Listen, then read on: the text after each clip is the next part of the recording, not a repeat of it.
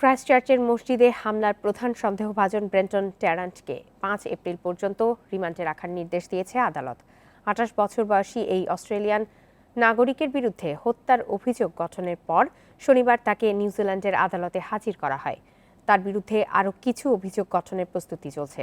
নিউজিল্যান্ডের প্রধানমন্ত্রী Jacinda Ardern জানান, ব্রেন্টনের কাছে ৫টি বন্দুক পাওয়া যায়। ২০১৭ সালে আগ্নেয়াস্ত্রের লাইসেন্স করেন তিনি। ব্রেন্টন নিউজিল্যান্ডের স্থায়ী বসবাসকারী নন বলেও জানান প্রধানমন্ত্রী। শুক্রবার ক্রাইস্টচার্চের আল নূর মসজিদে হামলার সময় মোবাইলে পুরো ঘটনা ভিডিও করে সরাসরি অনলাইনে প্রচার করেন ব্রেন্টন। প্রত্যক্ষদর্শীরা জানান, এরপর পাশের লিনউডের মসজিদেও হামলা চালান তিনি। তবে তাকে কোথায় আটক করা হয় তা এখনও নিশ্চিত করেনি নিউজিল্যান্ডের পুলিশ।